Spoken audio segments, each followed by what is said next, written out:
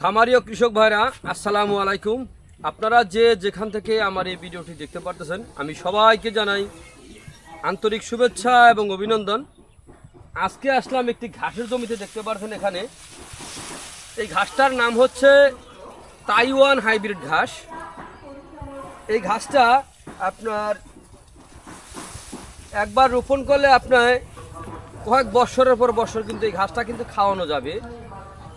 দেখা যায় অনেকে বিচিতে যে ঘাস হয়ে থাকে সেই ঘাস আপনার খুঁজে থাকে যে বিচি থেকে কোন ঘাসটা হয়। দেখেন, বিচি থেকে যে ঘাসটা হয়ে থাকে সেই ঘাসটা একবার অথবা দুবার কাটার পরে কিন্তু ঘাসটা থাকে না।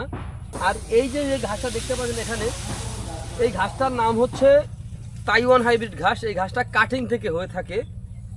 এই ঘাসের কোনো বিচি হয় না, এই ঘাসের কাটিংয়ের মাধ্যমে কিন্তু এই ঘাসটা উৎপাদন হয়ে থাকে। দেখেন, এই যে এখানে যে ঘাসগুলো দেখতে পাচ্ছেন, এই ঘাসটা কিন্তু খুব কম সময়ের মধ্যে এই ঘাসটা কিন্তু হয়ে থাকে। যে সকল বড় বড় যে বৃহত্তম যেই খামারি ভাইরা আছে, তারা কিন্তু আপনার এই তাইওয়ান হাইব্রিড ঘাস অথবা ইন্দোনেশিয়ান স্মার্ট নেপিয়ার ঘাস, জারা ওয়ান হাইব্রিড ঘাস, এই তিনটা জাতের ঘাস বর্তমান বাজারে একটি বাংলাদেশের একটি আলোড়ন সৃষ্টিকারী ঘাস। এই তিনটা ঘাস কিন্তু আপনার কম সময়ের মধ্যে আপনার ঘাসটা কিন্তু হয়ে থাকে। এই দেখেন, এই জমিটার মধ্যে কিন্তু একেবারে প্রচুর পরিমাণে ঘাস হয়ে আছে। ঘাসের কোনো বিকল্প নাই। দেখেন, এই ঘাসগুলা যদি আপনি একবার যদি জমি চাষ করে যদি রোপণ করতে পারেন, তাহলে কিন্তু আপনি বহুদিন পর্যন্ত খাওয়াতে পারবেন।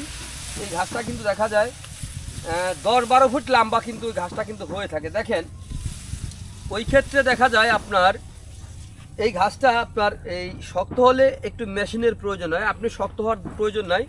আপনি যতটুকু দেখবেন এই যে এখন যেই পরিমাণে আছে এই পরিমাণে হলে কিন্তু আপনি কেটে খাওয়াবেন, তাহলে ওই ক্ষেত্রে কিন্তু আপনার কোনো মেশিনের প্রয়োজন হবে না।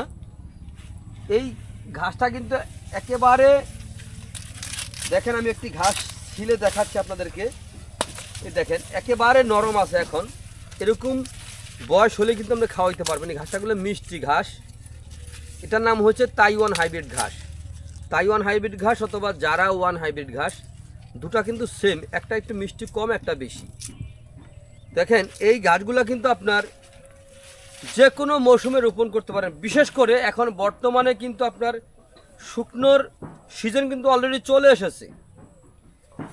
এই ঘাস কিন্তু এখনই আপনার রোপণ করার একেবারে উপযুক্ত সময়। তো আপনারা যদি গরু অথবা ছাগলের খামার করতে চান, তাহলে জারা ওয়ান হাইব্রিড ঘাস আপনি রোপণ করতে পারেন।